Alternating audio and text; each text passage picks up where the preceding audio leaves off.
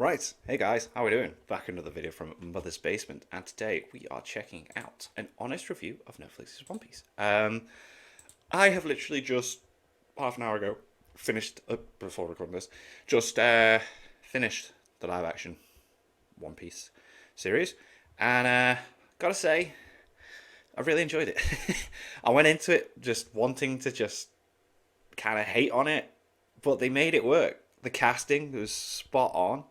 I felt like the costume designs, the ships, everything was great, and they put little bits in, took little bits out, but it was fine. It made it work, and they got all the way over through to the end of Arlong Park by the end of it. And yeah, it's a bit of a kind of cool way of speed running the story, I guess. So I would recommend. I would say if you've not seen or read One Piece, I think that the live action's good. I was talking to my friend yesterday. I was like, I feel like people that aren't into One Piece might actually like the live action as well. But anyway, let's see what Geoff has to say on it, shall we? If there's one thing you can always count on a One Piece fan to do, it's never, ever shut up about how you, personally, need to read One Piece.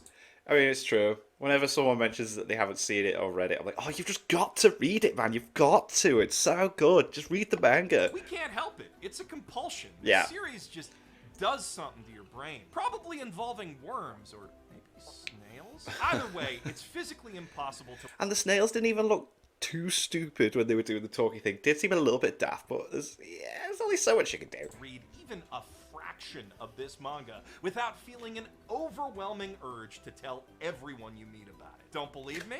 Go ahead. Try it and prove me Hell wrong. yes.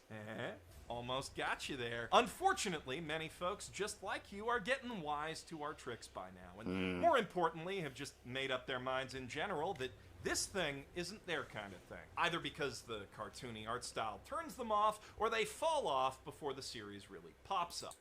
And that's the moment that they get through in all these. So yeah, okay. Which happens like only 90 chapters in, so Damn. I don't know So what how many everyone's chapters it is? complaining Jesus. about. With its truncated 8-hour retelling of the manga's literally and literarily epic prologue, plus a bunch of real-ass people in place of those potentially off-putting cartoons, Netflix's live-action God, the casting was... I was so impressed. adaptation had the chance to fix all that and usher a whole new wave of viewers onto the cruise. But, of course, before it could do that, it had to actually be, you know, Good? good? Yeah. Which is a big ask from Hollywood. Trust me. I would... Oh, is that meant to be Fist of the North... It is Fist of the North Star, isn't it? Oh, mate, he's lived through all these. No. Yes, that man does have condoms stuck to his chest. Oh. But then, in a shocking twist, Netflix actually started showing us bits of the show, and from the real-ass ships they were building on the sets, Mate, it looks great. to the pitch-perfect casting, to glowing, apparently hard-earned endorsements from Oda himself, Yeah, I heard that, like, they made changes, and they were told that it cannot go out until... Is that Foxy? I didn't notice that. to Foxy! Huh. Basically everything we were seeing suggested this show might actually be, like, really good. Or at least I thought so. But then, I do have them One Piece brain snails, like, real bad. Plus, full disclosure, I got my fair share of One Piece stonks. Some might even say big stonks. You might even call my excellent They're and great informative videos. videos about the series a form of stonks. So obviously there would be some profit in it for me if this show did turn out to be good, and then lots of people liked it, and the entirety of the A society we live in could finally get off the Joker's dick Yeah. and pay some long Oh, mate, Buggy. The guy that played Buggy was boss. I was super impressed with Buggy, man. I was very, very happy with it. overdue respect to the real Clown Prince of Crime. Can They even gave him more involvement within the story in the live action, and it still didn't, like, kind of deflect or ruin, like, any kind of story flow. I get a Buggy fan cam? Amen. Amen. Hell yeah, he was So- so good. Even the guy who played Roger for just the opening of that was class. Yeah, a little bit of bias there. Plus, all I really had to build my hype on was blatant propaganda from the same dark marketing wizards who managed to make Oh. Cowflix NetBop look halfway appealing. Yeah, it looked good. Like, I remember seeing the trailer and being like, ooh, that's very artistic. And then it didn't do anything like that in the show, did it? In a short little proof of concept video that turned out to have nothing to do with the actual show. yeah. But you might recall me spending the better part of an hour being disappointed but not at all surprised about it. I haven't watched back this when that review, happened. actually. And the thing about that is, I also got me some very serious Cowboy Bebop stonks, yeah. which did not stop me from toughly but fairly taking that show's broke metaphorical ass out back when it couldn't make good on the checks its marketing department's mouth had written. I went into One Piece fully intending to give it that same painfully honest treatment. And I don't gotta tell you the show was good for it. Everyone knows at this point. The haters are silent. The One Piece is real. Can we get much higher? I think we can. Don't get me wrong. The show is really, really good. It is. Oh, I'm so glad. I'm so glad. I was a bit worried he was going to be... 10 times better than anyone had any right to expect. Netflix and Tomorrow Studios are 100 times stronger than they were 2 years ago. But let's not overdo it here. It's not the greatest anime adaptation of all time that some people are making it out to be. That's still Speed Racer. Speed Racer is literally perfect. There's no shame in coming a close second to Speed Racer. One Piece does come pretty close, though. If the team behind this show can learn from the few mistakes they did make, which they already seem to be doing with the reshoots that Oda reportedly requested, future seasons could easily be contenders for that crown. I really hope they get a second season, man. I want season 2 of this. I was so happy with it. I mean, even if it stays on its current level, it's still an adaptation fully worthy of the name, a love letter to fans of the anime and manga that simultaneously serves as an amazingly accessible introduction for folks who've never heard of either. Make no mistake, I am going to spend the vast majority of this video just absolutely slobbering all over this thing, but I will not hold back as a critic or a fan where I do think that it falters. Yeah, like with everything, there are moments where like they could have done things better, certain costume designs, or but end of the day, they did a really good job. There is no such thing as impossible in this world. Okay. Maybe the most impressive thing about One Piece, the live-action one that is that it's even remotely watchable to begin with. It is notoriously difficult to turn anime Oh my god, Guyver, that was something. Manga into any kind of good live-action thing, and that's with regular manga. One Piece is the Looney Tunes of Lord of the Ringses. It is. It's so cartoony. An epic fantasy narrative of essentially unrivaled scope, set in a world where almost anything is possible as long as it's funny, starring a main character with the combined power set of Mr. Fantastic and Bugs Bunny. That's a very, very valid comparison. I honestly don't think there's ever been a more challenging adaptation to get right. Yeah, like... Cowboy, I've always said this. Cowboy Bebop, I don't get how they messed up. Firefly exists. They could have just like based it on that, how it worked. One Piece, that's a scary one to approach, but they did it right. When this show was first announced, no one thought it would work. No. X marked the doubt for Eiichiro Oda himself when he first started writing One Piece, the comic book one, in 1997. It was only after witnessing the marvelously cartoonish martial arts action of Stephen Chow's 2001 Shaolin Soccer that he began thinking a live-action take on his work could work at all, let alone be good. Whoa. Which I think shows impeccable taste on Sensei's part, since Chow's 2004 masterpiece, Kung Fu Hustle. Oh, mate, Kung Fu Hustle's boss. I've not seen Shaolin Soccer, but I've seen Kung Fu Hustle. Huh. The exact movie that set every one of my expectations for what Dragon Ball Evolution would eventually fail to be. Yeah. Imagine the world we'd be living in today if Chow had agreed to direct that movie instead of just producing it, or if the execs at Fox had actually, remembered why he was their first choice to begin with, or gave even the slightest shit about the film's quality.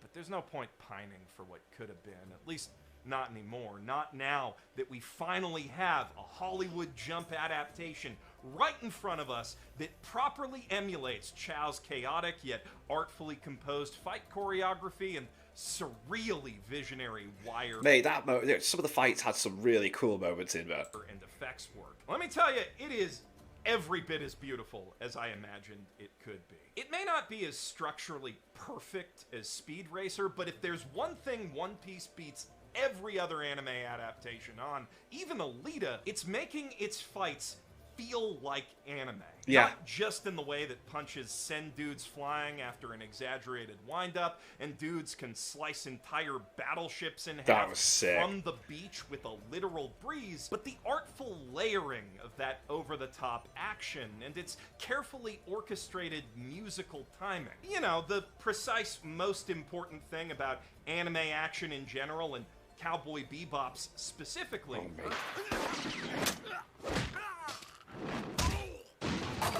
That Flixboy Netbop most aggravatingly failed to get right.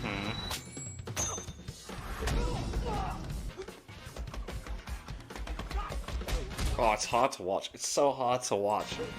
Every shot of every fight in Netflix feels like that bit where the Sakuga hits right when the OST's busy dropping, and you remember why you're still watching Naruto for the second time that episode. Hell yeah. According to Netflix's behind-the-scenes stuff, it apparently took them 5 days to film that fight in the courtyard with Captain Morgan and his Marines, and I absolutely believe it looking at the finished product. Also, if you're not aware, when I say them, I'm talking about the stars of the show who are actually doing their own stunts here, thus enabling the series to use these long, beautiful takes where every Straw Hat has their own entertaining thing going on in a big, complex brawl like a ballet where motherfuckers get cut in half sometimes, because the camera doesn't have to keep jumping around to keep us from noticing that Nami's been replaced by some wiry 40-something dude to twirl her extendo bow staff for her. Luffy may not really be made of rubber, but he's really bouncing around and vaulting over dudes to kick other dudes in the chest. Zoro is really swinging those katana around. Sanji's really kicking pistols out of dudes' hands. That was so cool. That was so cool. Mihawk is really one-hand no-selling that at least 20-pound prop. And Usopp is really running away. Yeah. That sounds like a glib punchline, but scrambling over rocky terrain is not an easy stunt. Good job, Jacob Gibson. Yeah. But these actors deserve praise for far more than just their stunt work. You know the precise second most important thing that Cowbop Flixboy surprisingly did get right? The way Mustafa Shakir absolutely embodied Jet Black, and John Cho was, pretty good as Spike. Everyone in this show is cast and costumed at least that well. Oh, mate. I'm blown away. The casting was great. I don't think there was a single character that was like, don't approve of that. Garp, the guy who played Garp was so good. Oh, I love it. Garp, Gold Roger, Mihawk, Chef Zeph, Shanks, Yasopp, Ben Beckman, Lucky Roo, and the rest of the Yeah, even Shanks' crew, man. Hair Crew, Kobe, Helmeppo, Axehand Morgan, Captain Kuro, Butchie and Sham, Alvida, every one of the Arlong Pirates, Nojiko, Belmare, Buggy. Buggy was awesome. Buggy was oh my brilliant. God, Buggy! We'll get back to him. Hell yeah. Kabaji looks like he stepped cool. right out of the manga, and half of you just had to Google who that even is. This is the only drawing in existence of the original Mr. 7, but yup, no doubt about it, that's a Mr. f***ing 7 right there if I've ever seen one. Or he was, anyway. You'd think the combination of such absurd anime ultraviolence with even more absurd cartoon characters would create a dissonant, clashing tone, but Oda made it work in the original manga, and through a steadfast commitment to honoring his extremely weird and unique vision at every level of production, this show makes it work too. In defiance of general Hollywood trends toward gritty, cinematic realism, One Piece creates and sustains its heightened reality by embracing a very theatrical brand of absurdism. Performances from leads and bit players alike are exaggerated and expressive, falling somewhere between a Broadway musical and pay-per-view wrestling in their energy and commitment. It's the kind of acting that makes you want to buy into the fantasy because everyone involved is clearly having so much fun. The costumes are impressively detailed. I reckon this must have been a heck of a good time working on this. Like, And generally well made, feeling period authentic despite the intentional anachronism of One Piece's setting. But there may be a little too well made, a little too clean, colors a little too perfectly curled. You're constantly reminded that what you're looking at are, in fact, costumes. Not that you'd ever forget it with dudes like Moji, Mary, and Captain Nezumi strutting around as their 100% manga-accurate bad selves. The sets, meanwhile, feel authentically cluttered and lived in. Props artfully arranged to tell us more about the world and the characters who inhabit it. Set design's absolutely bloody awesome. With Easter eggs, foreshadowing, and newspaper headlines ripped straight from the wiki timeline hidden throughout. This show's production designers Like even the whole Nolan the Liar story got dropped in as well, which I thought was cool. deserve a medal for everything they've done to bring One Piece's world to life and fully immerse us in it. But then, perhaps the arrangement's a touch too artful. The proportions of the environment a wee bit too dramatically satisfying. The distressing on the wood too noticeably, intentionally aesthetic. As with the costumes, it's impossible to forget that these are handmade sets. Not because they look cheap or fake, but because the care and craftsmanship that's gone into them is simply too impressive to ignore. Which can still be seen as a flaw if you're coming at One Piece from the realism is king, good production design needs to be invisible mindset that decided Talking Animal Hamlet the Musical's remake had to look like a David Attenborough documentary. But nobody who wants that was ever gonna like any good version of One Piece anyway. I think the aesthetic sweet spot this show finds between Hook, Muppet Treasure Island, Pirates of the Caribbean, and a little bit of Baron Munchausen is a perfect fit for the manga's world. I mean, we're talking about a universe where scary pirate ships have heartprint swan themes, sometimes guys are also fish, and all the telephones are snails. Yeah, I feel like it works because of the craziness of like the world. And in this cinematic version of that universe, not only are all those ships real-ass ships, but those snails are real-ass Muppets. I'm sorry. I never dreamed it could be so beautiful.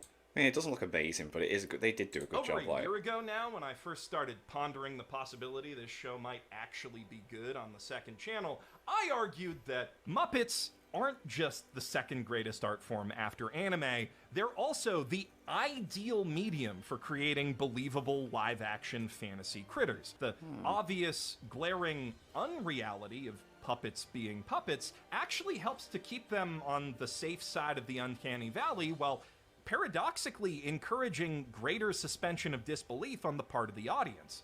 Just think about how much easier it is to believe that Kermit the Frog or Elmo is actually talking to a late-night talk show host than any CG character they've tried to do that with. And One Piece's snails are proof positive that I was right. This summer, you will believe a man can teleconference on a mollusk. Hashtag make Chopper a Muppet. Other critters like the Newsku and Lord of the Coast have been rendered in CGI, but the cartoony, exaggerated proportions under their realistic scales and feathers, like Pokemon and Detective Pikachu, still make them feel right at home within the real, fake world of props and sets and costumes. By calling so much attention to the artifice of its production, One Piece conditions the viewer to accept that stuff in this world just looks like that. So when Buggy's bits start floating a boat and Luffy goes all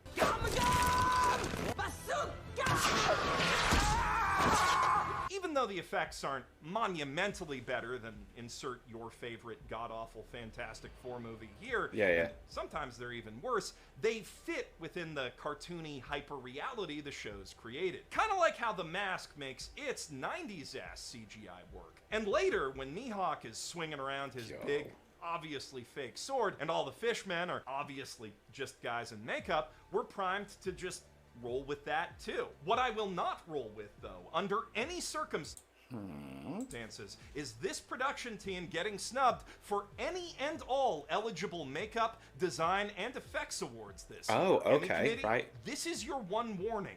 There will be blood, and it won't lumpy corn syrup. Because they did do a really good job. They've done a really good job. Of course, it is entirely possible to get all of that tone and aesthetic stuff right and still end up making a bad show. Some of the worst sequels and adaptations out there are the ones that prize brand recognition over their own artistic ambition. I like the live action Ghost of the Shell movie. Okay, I liked it. I will keep sticking to that. If you want to protect something, do it right. Oh, is he doing the Jurassic same? World is an embarrassment. I did like that as well. Every episode had its own like different One Piece thing where it was like one of the characters, if it's going to be the main focus in them or something. I did like that they did that as well. That was cool. Bad movie, only yeah. surpassed in its passion for pissing all over the original by its even worse sequels. It is full of problems. No part of it is Bad not films. a problem. But if I had to pinpoint one single moment where I knew with absolute certainty that I would hate this movie for the rest of my life, it's the second the theme song drops. Jurassic Park's theme is one of the most powerful, iconic tracks that John Williams himself ever composed. The swelling melody, at once majestic and a little playful, perfectly captures Sam and That is it, isn't it? I haven't just done so because I remember the "What if I kick shit? It's a dinosaur. What the fuck?" Laura's indescribable wonder at the scientific miracle that is real live dinosaurs. Yeah, It's a key looks component cool. in one of the most breathtaking moments in cinematic history. And in the name of instant brand recognition, Jurassic World deploys that theme 5 minutes in to capture the majesty of a monorail and the fucking Hilton Nublar lobby.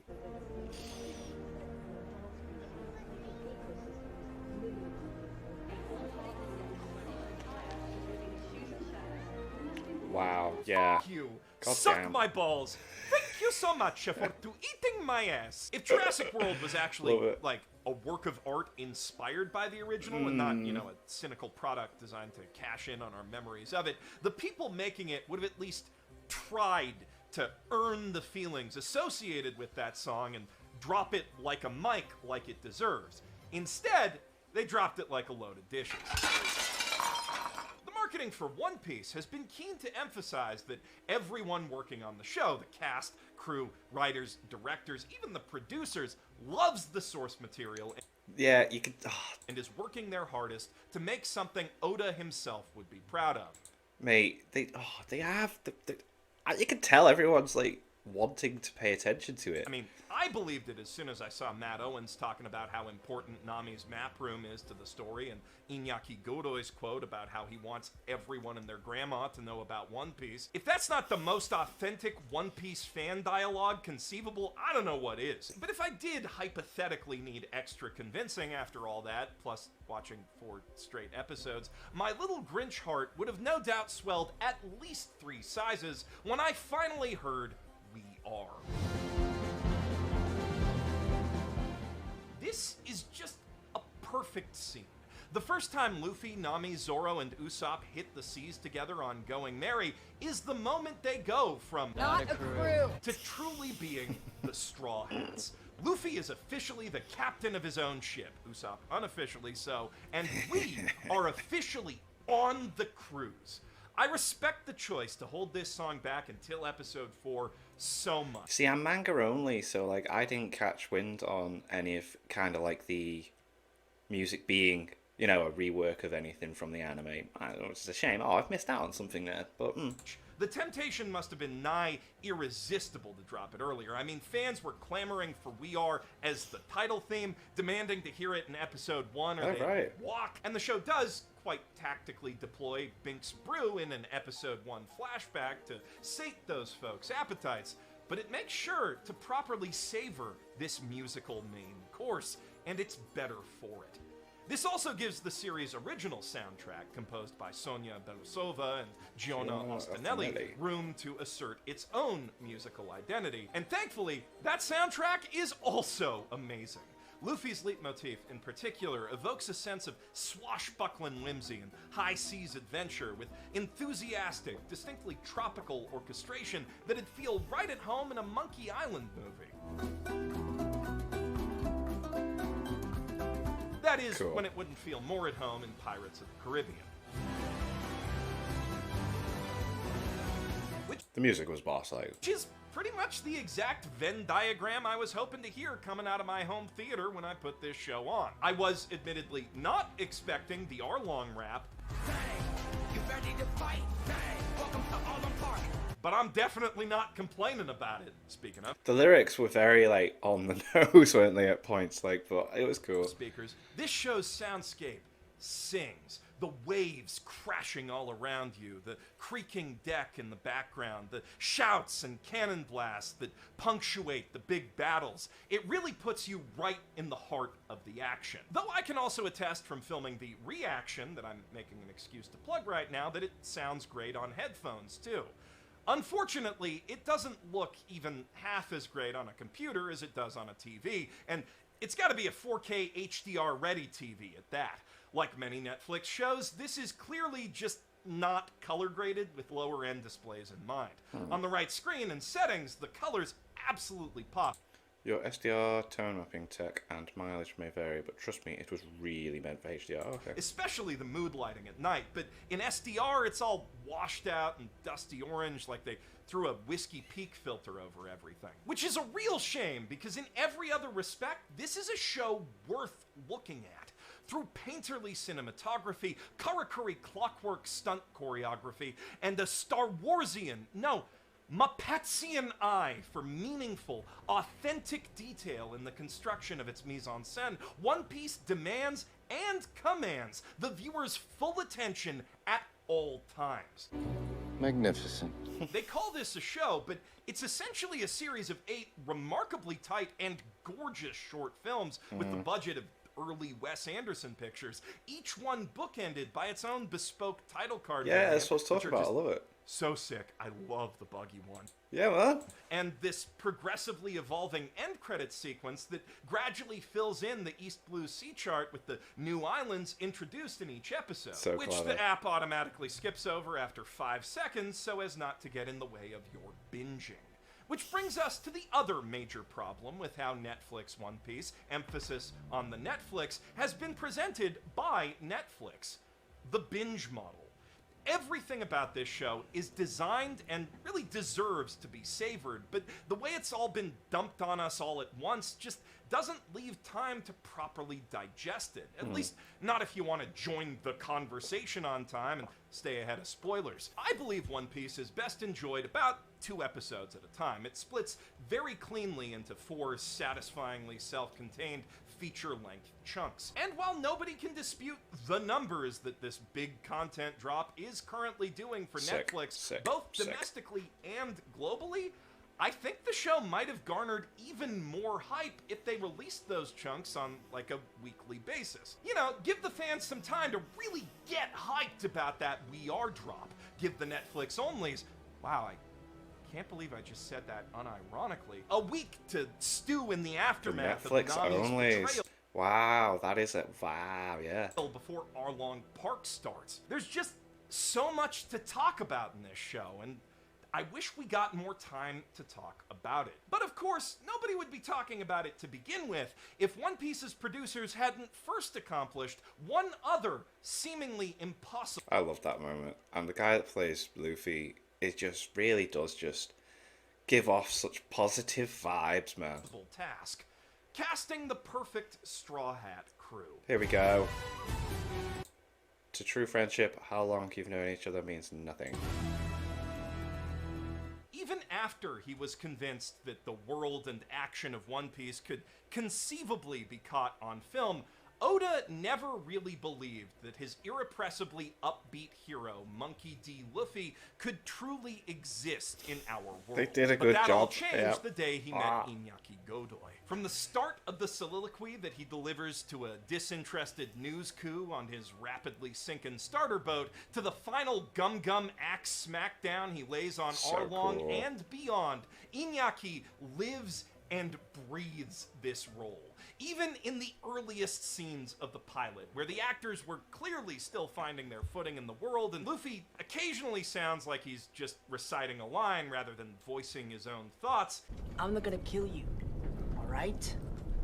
I just need you to be quiet. It still feels like Luffy reciting that line, Yeah. not just some actor. Godoy is always effortlessly in character, even when he's not on set.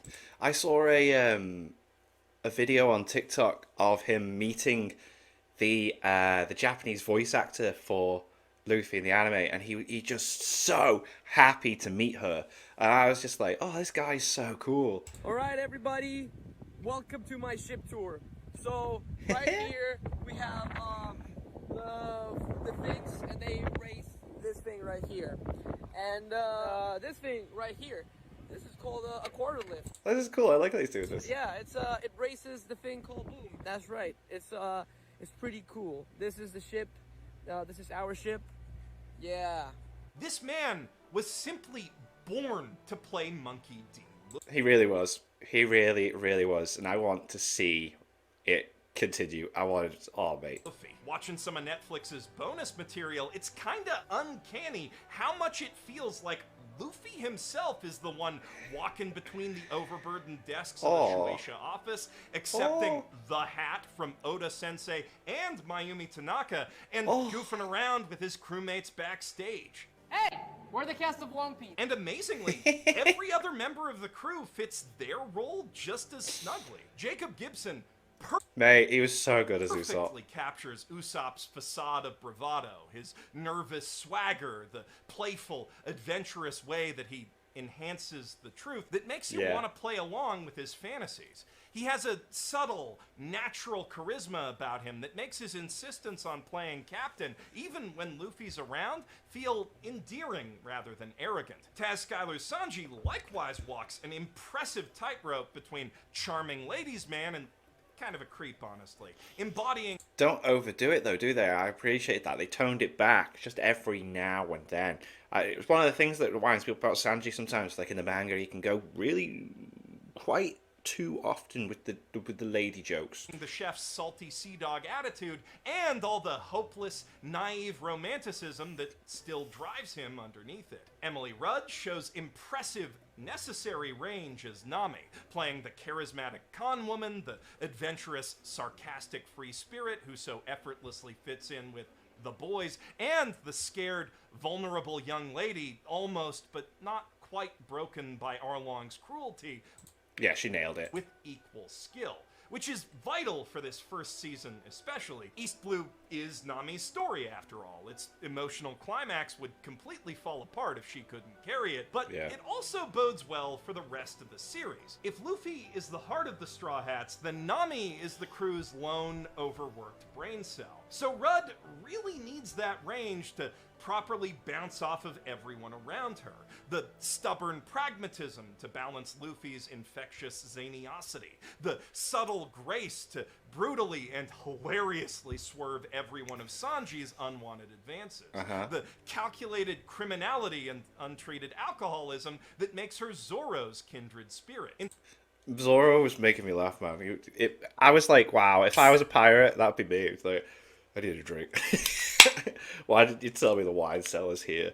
In particular, she has some very strong screen chemistry with Gibson's Usopp, and that is amazing news, because the Weakling Trio is the most entertaining and essential aspect of the whole Straw Hat dynamic. You fight me. And as long as they hashtag make Tony Chopper a Muppet, I think this show I am intrigued to see what they're going to do dynamic justice. Might even work with CGI Chopper, although I have my doubts. Their counterpart, the Monster Trio, has already been assembled by the end of this season, and it is very much working as intended. Luffy has quite authentically passionate bromances with both his loyal first mate and the ship's cook.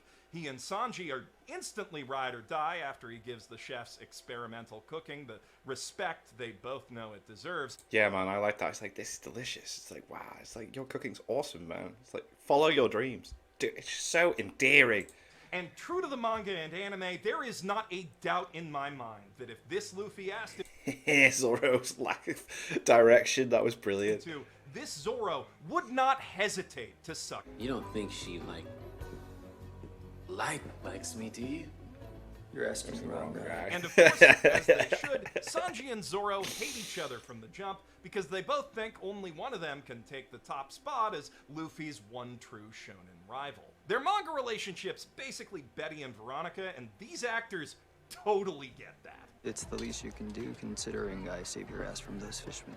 What? I saved your ass. Now, which of these two fights Awesome. the goodest is a topic of endless debate in the One Piece fandom, with Oda himself refusing to confirm or deny one way or another.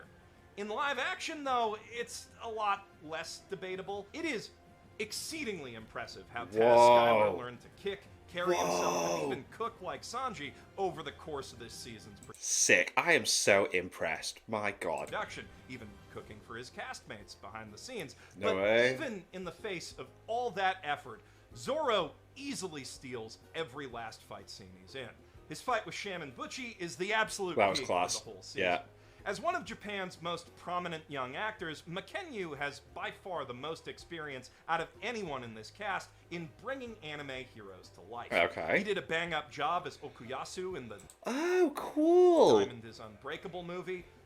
The best he could as Twinkie J-Rock Scar in FMA. Oh my God, cool. And just this year, he starred as Saint Seiya himself in, that. Oh. Sanjiba's son is a trained martial artist with plenty of stage fighting experience who already knew his way around a katana or three Sick. before he was even cast. That's If amazing. Iñaki was born to play Luffy, then Makenyu's been training his whole life To play become Zoro. the perfect Roronoa Zoro. Sick. Well, almost perfect. He does play the role a little more edgy, alcoholic badass than cocky, alcoholic I like it, though. I like it. doofus. The widespread online criticism that this show made Zoro too hot is, in fact, valid and true. But Hot Zoro still has the right chemistry and contrast with the rest of the cast to perfectly fill regular Zoro's boots. His hotness even kind of adds another layer to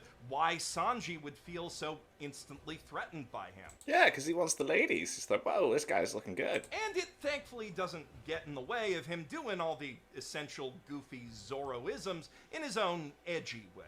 You know where to find me. I didn't. Thought I was headed back to the house. The one big compromise the show does make with its characters is the way it's forced to cut down each Straw Hat's introduction to fit the runtime. Like, we barely have time to find out what each new friend's all about and what they can do before Luffy invites them onto the crew. Sanji's core value of feeding every hungry man he meets is established with Gin, but it's never really tested with the Krieg pirates, which in turn means that Luffy doesn't get the chance to really earn the cook's loyalty by saving his child. Yeah, I thought that was very strange, but at the same time, they made it work. Like I said, the changes they did, yeah. Oh, and Syrup Village only gives Usopp one brief hero moment to offset all his lying and cowardice before everyone else is just like, yeah, we'll spend the rest of our lives with you. The characters do eventually prove themselves to each other over the course of the season, except Usopp. His one big hero moment happens out of eyeshot of everyone else. But before that... But he does point it out as well, doesn't he? He's like, no one was here to see it. The main justification for everyone ending up on Going Merry kind of seems to just be like vibes, which feels pretty unsatisfying from a writing perspective, but the actors kind of save it. The way Iñaki plays Luffy really highlights the captain's emotional intelligence. So when everyone proves themselves after they've passed his vibe check, it kind of reads like his good character judgment has been validated. And the cast as a whole kind of just vibes with each other in a very natural feeling way. Especially in Usopp's case. A lot of the behavior that was kind of annoying in the early manga reads as way more endearing and playful here because of how he plays it and how everyone reacts to it. And I didn't stop until I single-handedly defeated Arlong and his deadly crew. And then they just stood there, just like, With a little help. Yeah, I wasn't completely alone. Hey, cheers for Captain Usopp! Aw. We couldn't have done it without him! Just so This isn't endearing. just a testament to the skills of the actors, though. It is equally impressive how much of these characters the writers were able to preserve as they whittled the story around them down to essentially 5 minutes a chapter. When you're having a hard time, just laugh, okay. When he finally got the chance to meet Eiichiro Oda, showrunner Matt Owens told him, quote, One Piece is really a story about how everyone has tragedy, pain, sadness in their life, but it's not what defines you. What defines you is how you use that to motivate your future, and no one has to do it alone. When you find those people around you who motivate you, lift you up, and help you, that is the greatest power in this world. And that is the story I want to put out into the world. In response to that, Oda simply said, I have 100% faith in you now. The One Piece fandom's faith proved a little harder to earn. Responses to the writing in the first teaser for the series ranged from skeptical to outright hostile, with a particular style of writing drawing a lot of ire. I'm sensing a little bit of tension amongst the crew. Not a crew. All great fighters call out their finishing moves. No, they don't. Whedonisms, Oh yeah, and Sanji says that in the MCU writing, whatever you want to call it, characters making snarky, smirking, self-aware comments on the ridiculousness of whatever ridiculous situation they found themselves in can be found pretty much everywhere in modern American television, movies, and even games. A formulaic shortcut to comedy and relatability that's often taken at the unwitting cost of undercutting the audience's ability to take those stories seriously and buy into their fiction. This movie line is a deep cut and personal least favourite. Comment if you know the movie, or even better, the specific line of dialogue. Okay. At all. If the characters don't give a about what's happening or even believe the world they're in is real, why should we? In the worst case, it can make the audience feel bad about having fun with the silly, fun stuff the characters are making fun of. And even in the best case, if you overdo it, it can often make all the characters in a story come off as less relatable than, like, vaguely psychotic, which can be a fun dynamic. Community is a top-tier TV show, yes. but that's probably not the tone that you want to see in One Piece. No, not at all. No, don't have it so high in exaggeration and absurdity. Thankfully, the fandom's worries about those lines proved to be unfounded. I am happy to report that the Straw Hat crew is every bit as sincere and happy to be here as they all ought to be. What little edgy snark there is in the script comes mostly from either Zoro, who is essentially the party's reformed murder hobo, so the vaguely psychotic thing kind of works for him, and Nami, who is, at this point, trying to emotionally distance herself from these new friends she doesn't think she deserves and the adventure that they're going on. Her snark reads more as a defense mechanism, and that gives the show some serious emotional oomph when she finally drops it, opens up, and asks Luffy for help. It also helps a lot that, as the series goes on, we see time and again that Zoro's hot take on finishing moves is deeply unpopular, as it should be in the One Piece universe. Chop, chop!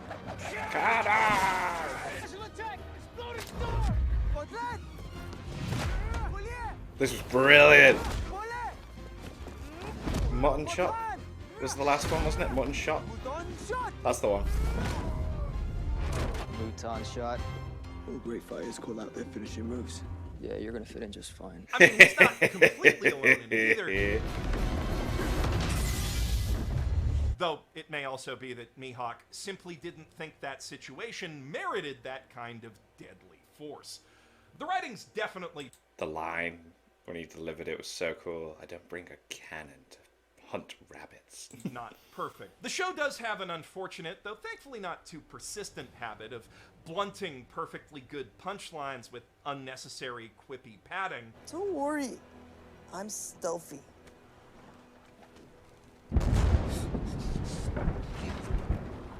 Super stealthy. Even there, you could argue that filler comment is in character for the very nervous Kobe. Oh man, I felt like the guy who played Kobe did a bloody good job as well. And any annoyance that stuff does cause is likewise blunted by how perfectly good, great even, most of the punchlines are. If there's one thing a One Piece adaptation's writing needs to get right before it's epic, adventurous, or action-packed, it needs to be funny. And this script is often uproariously so. Not just with clever dialogue and well-timed explosions either. Some of the visual gags, like Helmeppo posing with Zoro's sword, had me howling. Yeah, but amazing camera work in that scene. And right before that well-timed explosion, the bit where Kobe's all like, Ah, man, I should have stayed with Alvida while he's looking directly at her entire crew burning to Yeah. death, like right there. Hysterical. The pair of them are even funnier together. You know something. Garp is Luffy's grandfather. Should have known from the way they both love meat. All things considered, they're probably the best part of the biggest change this show makes to East. Yeah. A whole new B-plot about Garp chasing down his grandson with the Marine recruits in tow. I appreciated the change. I felt like it was good to see more of Kobe because they're going to the Grand Line now and then. Yeah, it is goodbye for Kobe, definitely. But then I think it'll add to more for when we see Kobe later. You know, when we see Kobe like muscly and can like pretty much has like hacky and all that stuff. It's because Garp said he's going to train him. That it's like, woo! And we saw Garp wrestle with Luffy. I think it's cool. If you don't take risks, you can't create a future. Not entirely new. Technically, it's based very loosely on one of the manga's cover stories, yeah, which I if you're thought, a yeah. Netflix only. Wow, it's still just not sound right to say. Oda draws these cute little wordless bonus stories on the cover of each chapter. Which is cool. Which is really cool. I thought it was a very clever choice to do this. About what various characters have gotten up to since the Straw That's why Hats I left, say many manga. of which turn out to be crazy plot important years after the fact. The best one in East Blue is about Buggy trying to make his way back to his crew after Luffy sends him flying, all the while dealing with the humiliating handicap of being just an adorable little guy. Unfortunately, the show wasn't able to adapt that one, but the framing of Buggy's side plot does still leave a time window open for his whole mini-adventure to have happened off-screen, which is generally how the show approaches any of the cuts that it does have to make for time. Wherever it changes or simplifies a character, it keeps them consistent with the manga. So if you only watch the live action, you still understand them, but if you read the source material, you understand them a lot better. Sadly, Monkey D. Garp is the exception that proves that rule. Vincent Reagan definitely gets the look and voice of the character right, but his personality in the manga is a lot more cheerful, and he's definitely not the type of dude to stomp on someone else's dreams, especially not Luffy's, not even as a test, which kind of feels like a huge cop-out as an explanation for his behavior this season, and it might have been exactly that. Like, maybe Garp just doesn't want to admit that Kobe, with a little help from Mihawk and his whole speech about leaving the world for the next generation to take over, changed his mind about letting Luffy go. I mean, if they did run with that, that could actually be like a good plot justification for Garp's character developing to be more in line with who he is in the manga. But in this season, yeah, his part of the story is super awkward and out of character. I liked it. I really liked Garp in this. It was very different, but we see more of him in this as well. So I don't know. I mean, yeah, he is a different kind of person than in the manga, but still, I liked it a lot. And ends with a real wet fart of a fight that steals precious screen time from the brawl with Arlong, and I just wish it didn't happen. But other parts of that whole Marine subplot, specifically the Kobe and Helmeppo parts, do really work. In particular, I'm about to blaspheme a little here, but I think that having Kobe be the one to give Luffy his first wanted poster is better than how the manga handles that moment and ties a beautiful little bow, not just on their friendship, but the whole East Blue journey. Yeah, I agree. Plus, the Marine subplot does allow the series to front load a whole bunch of world building from later in the manga that, you know, realistically, knowing Netflix, probably good that they're getting that done early. On the subject of world building, though, Garp's weird portrayal here does have other negative effects on it indirectly when he asks Dracule Mihawk to hunt Luffy down for him. This does make sense as a justification for the warlord being at Baratie, Yeah, like why he's there. Big moment, without needing to get the Krieg pirates involved. Yeah, because the reason he was there is because the Krieg pirates came and then they were running away from Mihawk, weren't they? And then Mihawk turns up after the fact. Made more sense. So yeah, they changed a lot here. Who've been replaced in this version by Arlong's crew, so the show has more time to beautifully handle Nami's big emotional arc and do more of the big cool fight that follows it in Arlong Park proper, which was probably the right call to make, all things considered. Krieg pirates are kind of boring again. Here Comes the Blasphemy, I kind of like that part of the manga less than how the show uses Krieg as an unusually memorable and funny jobber in Mihawk's intro scene. Which you gotta admit, is one of the hardest, most anime things that has ever been filmed. Yeah, definitely. I loved it. I was like, this is so over the top and ridiculous, but that's the point in it, man. Who's the quarry? It's just so casual. And they even did the little knife thing. I loved it. Does Mihawk's manga world-building job of skyrocketing our power expectations for the rest of the series and establishing the 7 warlords as scary motherfuckers. But in the manga, it was the fact that a motherfucker that scary just showed up out of the blue to ruin everyone's day for no reason in particular that made One Piece's world suddenly feel so much huger. And by the same token, having Mihawk show up looking for Luffy specifically makes the show's world feel way smaller. Like, insert your favorite Arrowverse series here, where the world only really seems to exist when the protagonist or a villain is looking directly at it. In the grand scheme of the Grand Line, the Straw Hats should be just another rookie pirate crew, at least until they prove themselves in Alabasta. And even when baddies do start coming for the bounty or other beefs, it's mostly small-time crooks like Foxy. Oh no, boss, I didn't mean that. You're big time. The biggest. Now, I'm willing to give One Piece's writers a pass on this for at least getting the rest of Mihawk so right. But next season, if the next Warlord's response to Luffy saying, So I'm gonna kick your ass, is anything other than, I don't even know who you are. we are gonna have beef. Unless they also decide Mate, I can't. Oh, crocodile. to confirm the other, even crazier crocodile fan theory, then I might be cool with it. What I'm not cool with, though, is how Arlong also comes after Luffy, personally, at Baratier 1 episode later. Although I do like how he uses Buggy's severed head as a tracking device to get there. I'll take pretty much any excuse to give Geoff Ward more screen time. Hell yeah. The problem with this excuse, though, is it kind of completely undermines the season's big bad. Arlong is a big fish from the Grand Line, biding his time in this very small pond as he plots literal world domination. For him to go this far out of his way, even to collect tribute from some 15 million berry nobody on the other side of East Nowhere, makes him seem less ambitious, less intimidating, and weaker as a villain overall. To then let himself be distracted from that distraction by the mere mention of some genetically inferior human kid who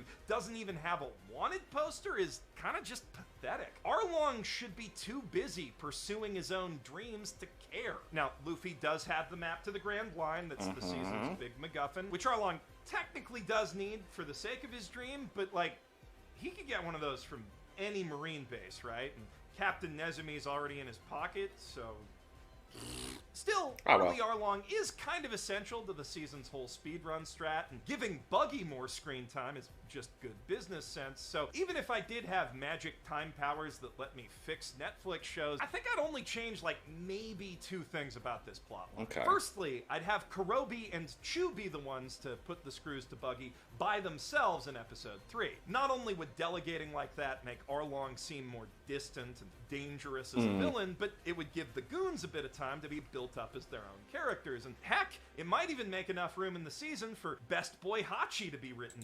Yeah, he weren't in it at all. Back in. Okay, I know they definitely cut him because his arms would have been way too The 8-sword style. prohibitively expensive to animate, but if I was in charge, I would have simply made half the show's budget the Hachi budget, which is probably why I don't get to decide how $100 million plus streaming series are plotted out. But if I did, the second thing I'd do is have Buggy escape from those fish goons and chase Luffy down on his own. If he gave Arlong's best guys the slip, that would give their boss at least a flimsy reason to show up at Baratier, which is also way less of a trip for him than going all the way to Orangetown for some clown. And from there, he could, give his big fishman supremacy speech, attack the restaurant, get in a fight with the Straw Hats that scares Nami into going back, all that good stuff that happens in the show. Except that Buggy would also at least briefly be involved in the fight, long enough to get his body stolen so that he could then be an annoying talking head for the next couple episodes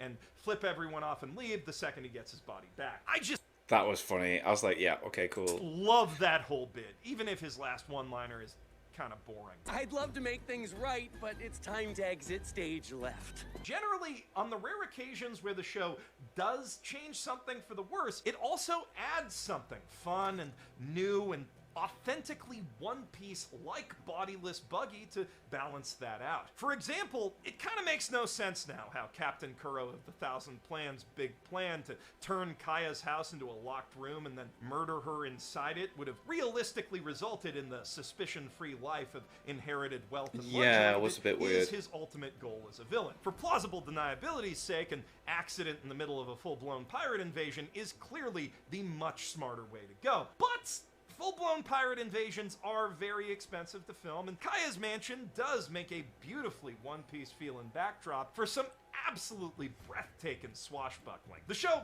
also kind of needs the runtime that it saves by scaling the big battle down to flesh out her and Usopp's relationship, which ends up being time very well spent.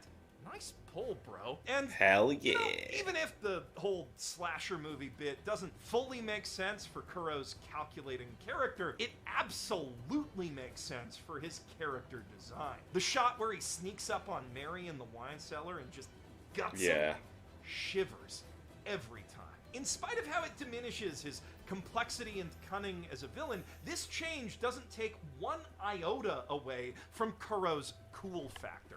In some ways, it even enhances it, though not quite as much as the other brilliant tweaks that One Piece makes to Binky. Boogie. Burpee? Buggy. Buggy the clown. Buggy the genius jester. Wow. I bet everyone in the East Blue knows who you are. No! In the manga, Buggy's introduction was menacing, memorable, over the top, and basically impossible to film on anything less than a feature Hell budget. yeah. I mean, his pirates turn a whole ass town into their playground of destruction. He personally blasts an entire block of buildings away by himself on camera, and on top of all the sets and effects it requires, they'd need an actual trained lion to do one of the fights justice. Where, oh where, was the dancing lion? So, yeah, it's totally understandable that they'd need to rework the arc, but the way they reworked it is actually genius. They did. It was great. It was really good. I keep saying the same thing, but like,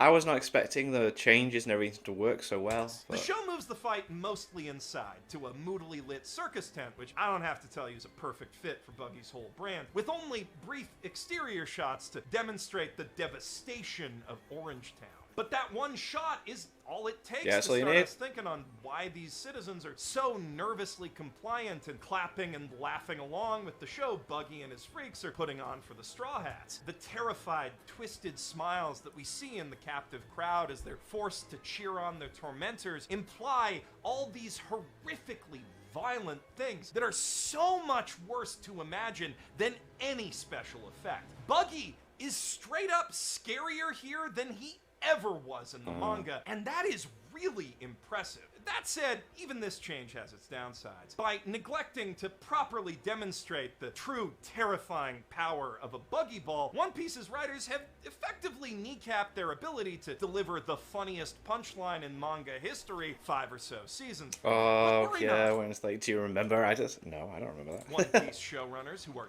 definitely watching this, you still have plenty of time to incorporate a Buggy Ball into the big Logtown brawl at the start of season 2. Especially what with the very cool and historically important strike that you were quite possibly in the middle of when you dropped everything to watch this video the second it appeared in your feeds. Jeff Ward's performance course. as Buggy is an absolute showstopper after all. He teeters with perfectly calculated balance on the edge of a very self-aware, self-conscious brand of madness, playing up the whole crazy clown bit that's kind of been forced on him by his very unfortunate facial growth, with the desperate energy of a used car salesman and the violent passion of a self-proclaimed visionary. It's pretty obvious that you writers worked him into Arlong's plotline solely as an excuse to give that performance more time to shine. Yeah, And definitely. I don't blame you at No, all. I don't blame So him either. I think we're all on the same page that it would be a massive shame if Jeff Ward never got to make that face. And when I say that, I'm also talking to the cancel-happy Netflix execs who no doubt just shook their spouses awake to tell them about the new Jeff Thu video. The One Piece fan base wasn't expecting much from this show. We never really thought Nope. it was something we'd need. I really wasn't expecting a lot from this whatsoever, but then as soon as I finished first episode, I was like, I need to watch more. And when I finished it today, I was like, I need more. I will be so pissed off if they do not do a second season of this. And I never thought I'd ever say that. I never thought I would be like, they have to do a second season of a live action One Piece. But they do. They have to do a second season. I will be so annoyed. Need or even want. But now that we do have it, and to our great surprise, like it quite a bit, if you take this away from us, we are going to become the Joker. And it'll be your fault for failing to provide a society with the objectively superior killer clown role model. Now, is the show actually worth burning a city down over? That's subjective. I would, but I'm from Vancouver. Rioting's the only sport we're good at. One Piece is my favorite piece of live-action TV in years, though. And while I haven't seen Succession yet, unless that show's got Muppets I ain't heard about, it's probably not gonna change that. If you put a gun to my head and said, slap a number on this show now, I'd give it like a high 8, maybe a low 9 out of 10. It's definitely not perfect. I'd say it's an 8 out of 10. I'd say it's an 8. I can't believe that IGN gave this show a 6, and they gave the live-action Cowboy Bebop show a 7. This is a definite 8. But it definitely It's definitely better than Cowboy Bebop. is One Piece. Very, very One Piece. Sometimes it's even more One Piece than One Piece. As a classic swashbuckling adventure enthusiast, a scholar of anime and manga adaptations, and a brain snail victim looking for more efficient ways to turn my friends and loved ones, One Piece is everything I hoped it could be and more than I dared dream possible. It's a work brimming with raw creative passion and love for a thing that I also happen to love, and I'm officially on board for this hype cruise straight to the bittersweet end. Or until executive meddling ruins it and I sign up for the Juggalos. Whichever comes first. I'm Geoff Thu, possible future clown criminal, politely asking you to not tell Clown Minority Report about that thing I just said. They're kind of like regular Minority Report, only Just for clowns. More Tom Cruise. Okay. Wow, that was a good review. That was a good look on it. It was nice to check that out quite freshly after finishing the show. But yeah, if they don't do a second season, it will be such a huge disappointment. But I loved it. I thought it was great. The casting was great. The changes were fine. I forgot. No problem with that. Cool side story, more on Kobe. And yeah, like you said, it was cool that you could tell they care because they know to use the chapter only covered stories and did that as well. It's just like, yeah, love it. I want a second season so bad. Glad Geoff liked it. I was a bit worried at the first. I was like, I hope this is a thing to say it's good, and it was. So awesome. If you've not watched it, get on it. It is awesome. Even if you don't know anything about the anime or the manga, don't matter. It's boss. And thank you to my patrons. If you want to have your name at the end of every video, upload a link in the description to the Patreon page. $1 a month is the last spot, so that's greatly appreciated. Thank you guys very much for that. Thank you all for watching. What do you guys think of that? What do you guys think of this? Click like, subscribe if you haven't already. Leave comments down below. Let me know what I should watch, discuss in future videos. I'll see you guys next time. Bye.